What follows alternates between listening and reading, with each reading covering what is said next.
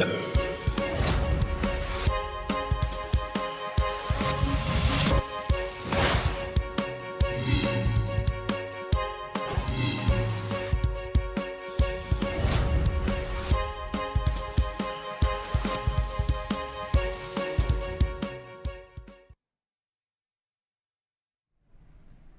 जन टीवी देख रहे हैं आप। मैं श्वेता शर्मा आपके साथ। खबरों की शुरुआत से पहले एक नजर डालेंगे अभी की हेडलाइंस पर।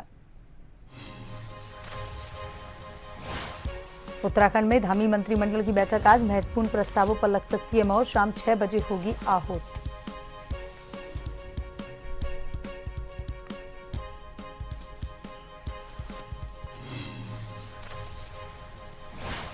यूसीसी लागू करने पर हरिद्वार में सीएम धामी का सम्मान। बाबा साहब के सपनों को साकार करने की दिशा में उठाया गया ऐतिहासिक कदम।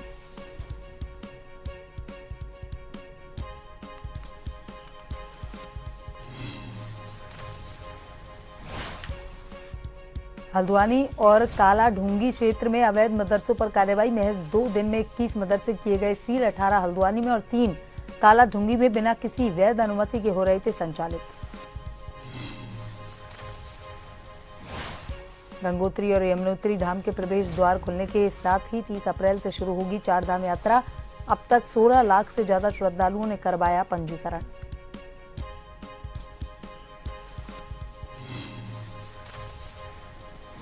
उत्तराखंड में फिर मौसम बदलने के आसार। पर्वतीय जिलों में बारिश होने की संभावना। मैदानी क्षेत्रों में शुष्क बना रहेगा मौसम।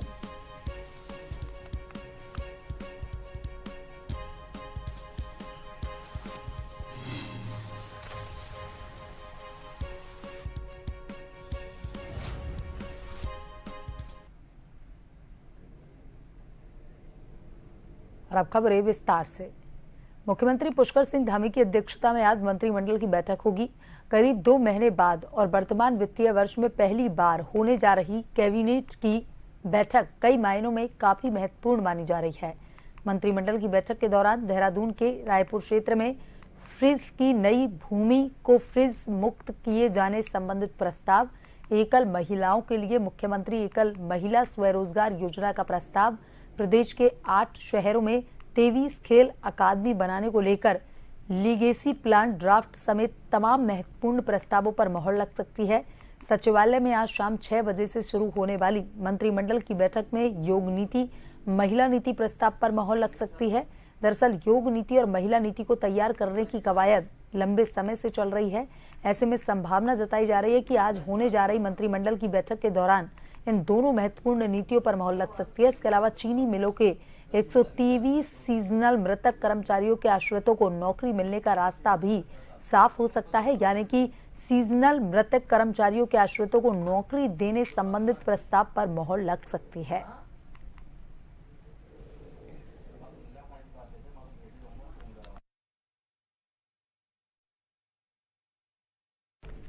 और इसी खबर पर ज्यादा जानकारी के साथ हमारे संवाददाता हिमांशु फोन लाइन पर जुड़ चुके हैं। हिमांशु, आज धामी मंत्रिमंडल की बैठक होने जा रही है और कई मायनों में ये बैठक जो है वो खास भी बताई जा रही है, क्योंकि कई ऐसे महत्वपूर्ण प्रस्ताव हैं जिन पर आज मोहर लगने की संभावना है। क्या कुछ अपडेट है हिमांशु?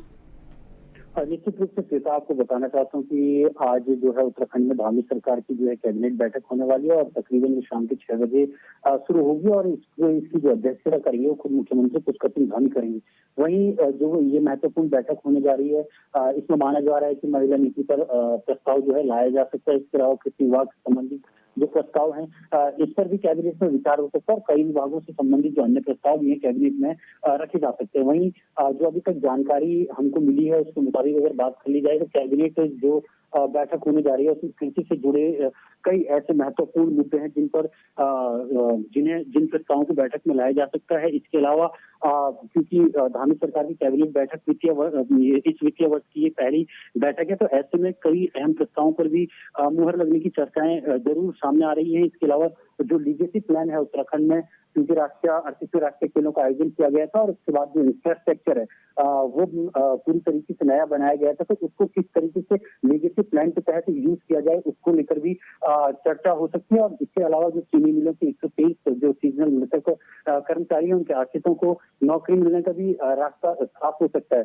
क्योंकि ये बैठक इस वित्तीय वर्ष की पहली बैठक है और तकरीबन जो ये इस वर्ष अगर बात कर ली जाए तो 2 वर्ष माफ कीजिएगा 2 महीने बाद ये बैठक बुलाई गई है। तो ऐसे में कई महत्वपूर्ण प्रस्तावों पर जो है चर्चा हो सकती है, क्योंकि उत्तराखंड में जो चारधाम यात्रा है वो भी शुरू होने वाली है, तो पर्यटन नीति को लेकर भी प्रस्ताव लाया जा सकता है और चर्चा हो सकती है।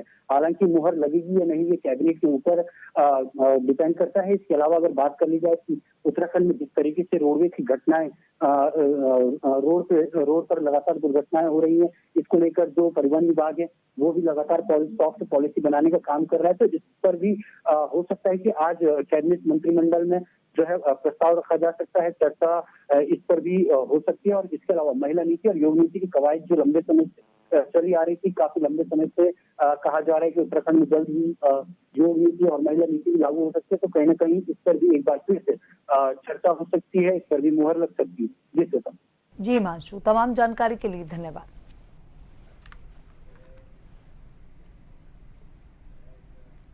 लोहाघाट में पूर्व सैनिक मयंक ओली के द्वारा तैयार किए गए युवाओं से 23 युवाओं का अग्निवीर के लिए चयन हुआ है।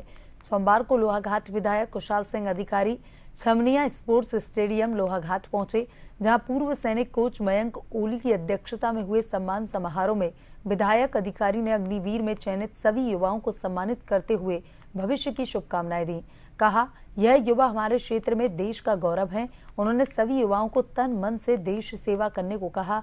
साथ ही क्षेत्र के युवाओं को भारतीय सेना व अन्य सैन्य बलों के लिए निःशुल्क प्रशिक्षित कर रहे पूर्व सैनिक मयंक ओली के कार्यों की भरपूर सराहना की। हमको पुश किया था। बहुत बहुत धन्यवाद दूंगा हमारे श्री मयंक ओली जी को, जो निस्वार्थ भाव से इस ऐसे नेक कार्य को कर रहे हैं। क्योंकि आज का युवा नशे की ओर जिस प्रकार से लालायित हो रहा है, उस नशे की ओर से मोड़कर जो उनके करियर को सफल बनाने में आपने अपना अमूल्य समय दिया, उसके लिए बहुत बहुत बधाई के पात्र हमारे सम्मानित ओली जी हैं। क्योंकि आज के समय में ऐसे व्यक्तियों का मिलना बहुत नामुमकिन ही समझिए। वहीं काशीपुर से खबर है, जहां हिंदू धर्म में एक तरफ कन्या को देवी का स्वरूप मानकर पूजा जाता है, लेकिन कुछ लोगों की मानसिकता है कि वो घर में कन्या का जन्म होना अभिशाप मानते हैं।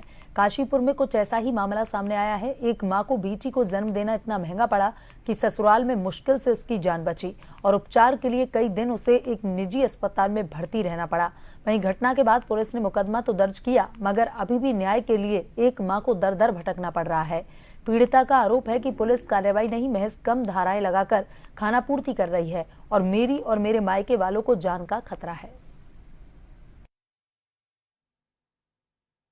का नहीं, ये आईटीआई का मामला है।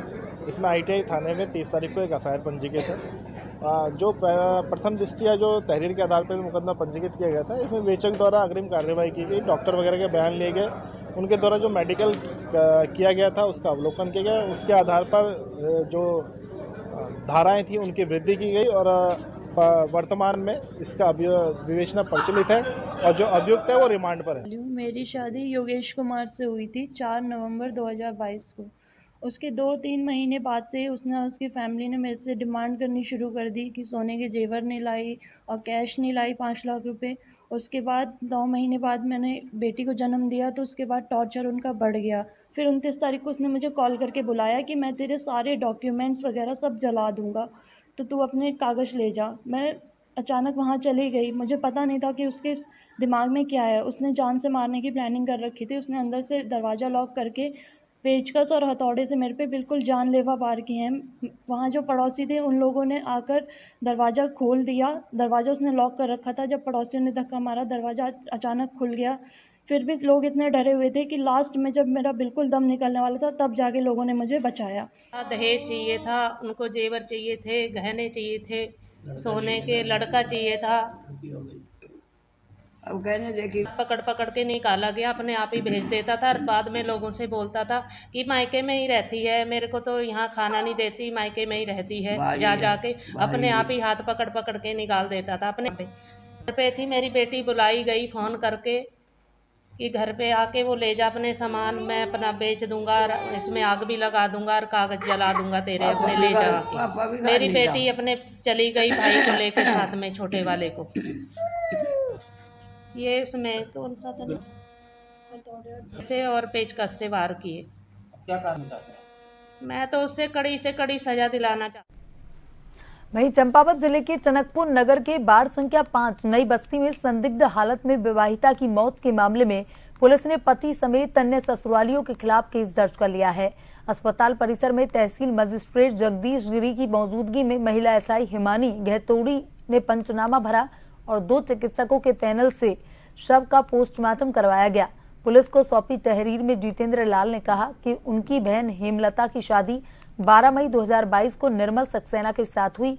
शादी के कुछ दिन बाद ससुराली उसकी बहन को प्रताड़ित करने लगे। इसकी शिकायत मायके आने पर बहन ने की थी। इसके बाद हेमलता ने फांसी लगाकर जान दे दी। जितेंद्र लाल ने आरोप लगाया कि दहेज के लालच में जीजा निर्मल सक्सेना और ससुराल पक्ष के अन्य लोगों ने उसकी बहन को जान से मारकर फंदे पर लटकाया है। इसमें एक संदिग्ध अवस्था में मौत हुई थी और जिसको हॉस्पिटल ले गए थे, जहां पर हमें पुलिस को अवगत हुआ। पुलिस फिर मौके पर पहुंची तथा उसके परिजन, उसके मायके पक्ष वालों ने हमें तहरीर दी, जिसमें 80/2 दहेज हत्या और उत्पीड़न में मुकदमा लिखा गया, जिसकी विवेचना मेरे द्वारा की जा रही है और इसमें साक्ष्य इकट्ठा करके जो भी इसमें दोषी है उसके विरुद्ध कार्रवाई की जा रही है।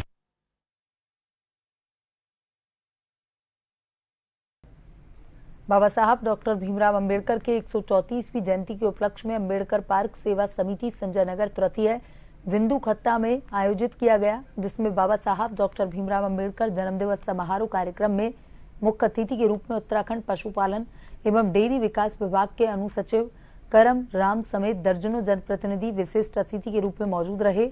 इस दौरान अंबेडकर पार्क सेवा समिति अध्यक्ष रमेश कुमार ने बताया कि बाबा साहब डॉक्टर भीमराव अंबेडकर जन्मदिवस समारोह में प्रत्येक वर्ष की भांति इस वर्ष भी बाबा साहब के आदर्शों व पद चिन्हों पर चलने का आह्वान किया गया।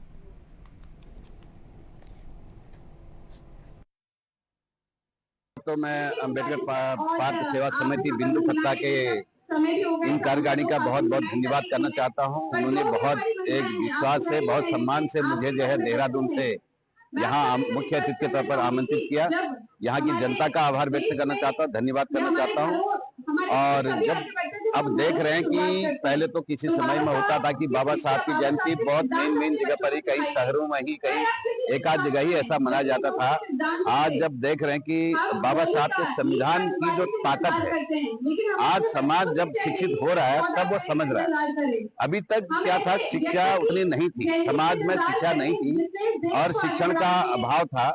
जैसे जैसे शिक्षा का स्तर बढ़ा और बाबा साहब को लोग जानने लगे और ऐसे ऐसे ही आज पूरा देश, आज भारत सरकार ने भी जो है पूरे देश में जो है एक अवकाश घोषित किया है आज के दिन।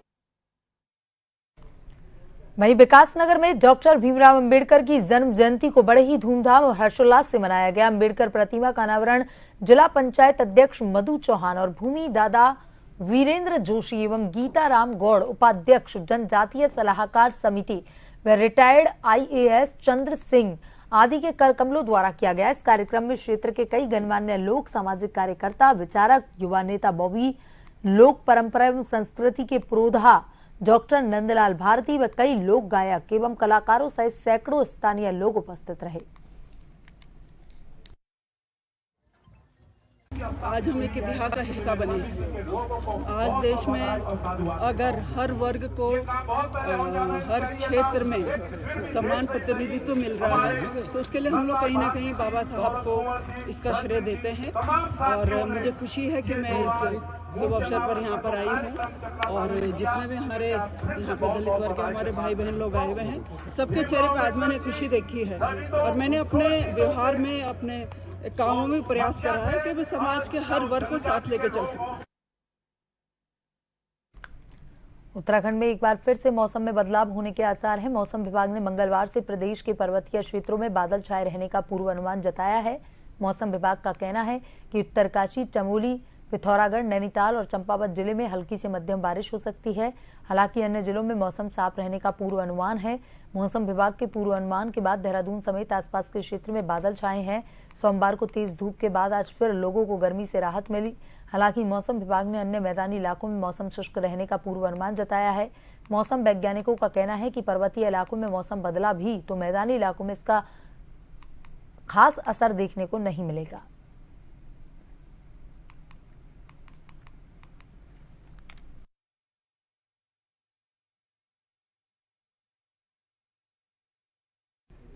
वक्त तो चलाए छोटे से ब्रेक का। ब्रेक के बाद वापस खबरों की तरफ रुख करेंगे।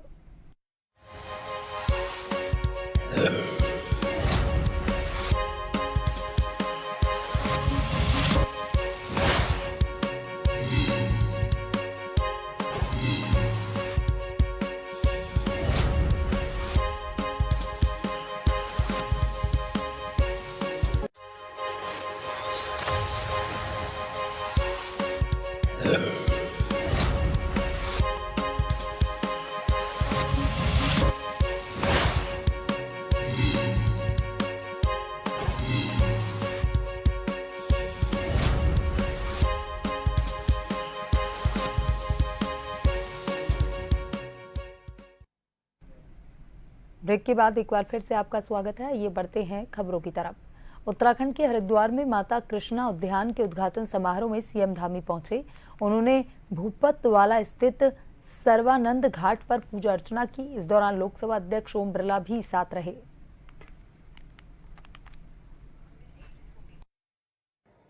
यह हम सबका सौभाग्य है कि आज हमें भारतीय लोकतंत्र की गरिमा को नई ऊंचाइयों तक पहुंचाने वाले लोकसभा के आदरणीय अध्यक्ष ओम बिरला जी का आज इस अवसर पर सानिध्य प्राप्त हो रहा है। आपके लोकसभा अध्यक्ष के कालखंड में भारत की लोकसभा ने अनेक कीर्तिमान स्थापित किए हैं और एक जो हमारा विचार का ध्येय था, देश की आज़ादी के बाद कश्मीर में धारा 370 समाप्त होनी चाहिए, वो ऐतिहासिक कार्य आपके लोकसभा अध्यक्ष रहते हुआ मानव सेवा पुण्य सेवा और मानव सेवा के इस पुण्य काम को सभी संतों ने आगे बढ़ाया। सिंधी समाज देश का वो पुरुषार्थ समाज है। जब हिंदुस्तान के अंदर हिंदुस्तान पाकिस्तान बना, आजादी के बाद उस त्रासदी को उन्होंने देखा, सहन किया, अत्याचार को सहन किए, धर्म को संस्कृति को नष्ट करने का प्रयास हुआ, लेकिन सिंधी समाज डटा रहा, न धर्म छोड़ा न आध्यात्मिक संस्कृति छोड़ा। मुख्यमंत्री पुष्कर सिंह धामी ने एक ऐसा साहसिक कदम उठाया है जो भारतीय संविधान की मूल भावना को धरातल पर उतारने वाला साबित हो रहा है। डॉक्टर भीमराव अंबेडकर ने जिस समता मूलक समाज की कल्पना की थी, उसमें सभी नागरिकों को बिना किसी भेदभाव के एक समान अधिकार और कानून मिलने की बात कही थी, जिसे सीएम धामी ने यूसीसी के रूप में धरातल पर उतारा है। उत्तराखंड देश का पहला राज्य बना है जिसने पूर्ण रूप से यूसीसी को लागू कर एक ऐतिहासिक शुरुआत की है। यह सिर्फ एक कानूनी निर्णय नहीं बल्कि सामाजिक न्याय की ओर बढ़ा एक क्रांतिकारी कदम है। इसी को ध्यान में रखते हुए हरिद्वार की जनता अंबेडकर जयंती पर सीएम धामी का आभार प्रकट कर रही है। वहीं रुड़की इमली रोड पर नूर मस्जिद के पास रुड़की नगर निगम द्वारा लाखों रुपए की लागत से पुलिया का निर्माण करवाया जा रहा है। पुलिया का निर्माण कर रहे ठेकेदार पर स्थानीय लोगों ने मनमानी का आरोप लगाते हुए कहा कि नल की गहराई लगभग 4 फुट के करीब है और ठेकेदार तकरीबन 2.5 फुट गहराई पर ही निर्माण कार्य कर रहा है, जिससे पानी की निकासी में परेशानी आएगी और बरसात में जलभराव की समस्या का सामना करना पड़ेगा। इसके बाबत रुड़की मेयर के प्रतिनिधि ललित मोहन अग्रवाल से फोन पर शिकायत की गई तो मेयर प्रतिनिधि ललित मोहन अग्रवाल ने आश्वासन दिया कि कल जेई आकर निरीक्षण करेंगे। इतने निर्माण को रोकने के लिए ठेकेदार को बोल दिया गया है। हमने से कहा भाई तू इसे कम से कम इतना तो कर दे ताकि पानी इधर का इधर चला जा, वो मानने को तैयार नहीं है। तो मेयर साहब से बात की आप लोग? मेयर साहब से बात करी, मेयर साहब ने मना कर दिया कि बंद कराओ। जय साहब ने फोन नहीं उठाया, ए साहब फोन नहीं उठाया। जो जिस ठेकेदार के द्वारा निर्माण कराया जा रहा था उसका क्या कहना है? जी, जो ठेकेदार निर्माण कार्य करा रहा था उसका क्या कहना है? ठेकेदार कह रहा कि मैं तो जा रहा, घर जा रहा, पढ़ने को तैयार ही नहीं है। वो नहीं कह रहा बिल्कुल मैं यहीं कहीं करूँगा जो पढ़ने का, अपनी हटबंदी कर रहा है। अपनी हटबंदी का। प्रदेश में गर्मियां बढ़ने के साथ ही पेयजल की किल्लत भी बढ़ती जा रही है। मुख्यमंत्री पुष्कर सिंह धामी के निर्देश के बाद जिलेवार कंट्रोल रूम बना दिए गए हैं। वहीं अल्मोड़ा के विकासखंड सल्ट के सरकारी विद्यालय में पेयजल आपूर्ति दूर करने के लिए प्रशासन ने खंड शिक्षा अधिकारी, जल निगम, जल संस्थान के अधिकारियों के साथ बैठक कर स्कूल में पेयजल किल्लत दूर के दिशा निर्देश दिए। एसडीएम सल्ट रिंकू विस्ट ने कहा, गर्मी का सीजन, खंड शिक्षा अधिकारी, जल निगम, जल संस्थान के अधिकारियों के साथ बैठक की गई। जिन विद्यालयों में पेयजल की दिक्कत हो रही है उसको दूर करने का प्रयास किया जा रहा है। गर्मी के सीजन को देखते हुए खंड शिक्षा अधिकारी और जल संस्थान और जल निगम के अधिकारियों के साथ में एक बैठक की गई है, जिसमें जिन जिन विद्यालयों में पेयजल की दिक्कत है तो उसमें क्या वैकल्पिक इंतजाम हो सकता है उसके संबंध में प्रयास किए जा रहे हैं। लालकुआ में बाबा साहब भीमराव अंबेडकर की 134वीं जयंती के अवसर पर ग्राम सभा खड़गपुर में संविधान निर्माता भीमराव अंबेडकर की प्रतिमा स्थापित की गई। इससे पूर्व क्षेत्र में बैंड बाजों के साथ अंबेडकर की शोभा यात्रा निकालते हुए जब तक सूरज चांद रहेगा बाबा तेरा नाम रहेगा समेत कई नारों के साथ निकाली गई।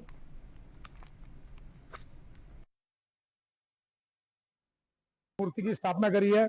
कल हमने मूर्ति बनवाई आगरा से। हमने 4 दिन पहले इसकी डिमांड दी।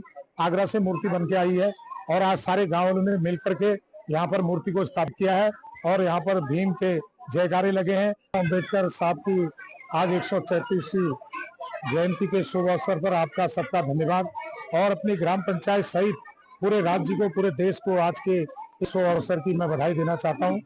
और जो शोभा यात्रा है ये बहुत बड़ा सौभाग्यशाली मैं अपने आप को समझता हूँ कि आज मेरी ग्राम पंचायत एक पवित्र धरती के रूप में मानी जाएगी।